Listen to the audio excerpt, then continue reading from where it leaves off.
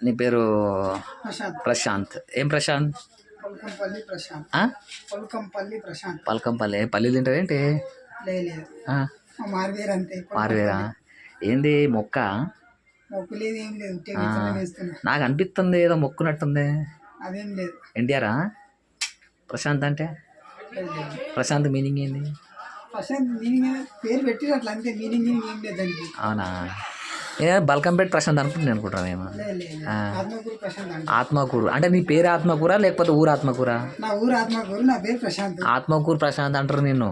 అంటే ఆత్మకూరు అంటే మీ పేరు కాదు, ఇంటి పేరు అన్నట్టు. ఇంటి పేరు పుల్కంపల్లి. పల్కంపల్లి. పుల్కంపల్లి, బల్కంపల్లి కాదు. పుల్కంపల్లి. పుల్కంపల్లి. పుల్కంపల్లి. ఓకే. ఎక్కడ అంటే ఎటు సైడ్ ఉంటుంది? సదాశివపేట మండలం, సదాశివపేట, జిల్లా, రంగారెడ్డి జిల్లా. ఆత్మకూరు గ్రామం. SC colony. ఇంకా ఏం చేస్తుంటావు నువ్వు అసలు? ప్రస్తుతానికి అయితే ఇప్పుడు డ్రైవింగ్ చేస్తున్నా. చదువుకున్నావా? చదివిన. ఎంత? 10th అంతే?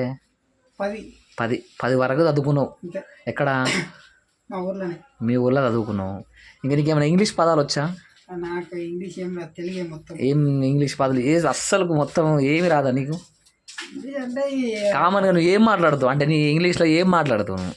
నీకు వచ్చే పదాలు ఏంది ఇంగ్లీష్లో? మాట్లాడడానికి దానికి తెలుగులో సమాధానం అందదా? తెలుగులో సమాధానం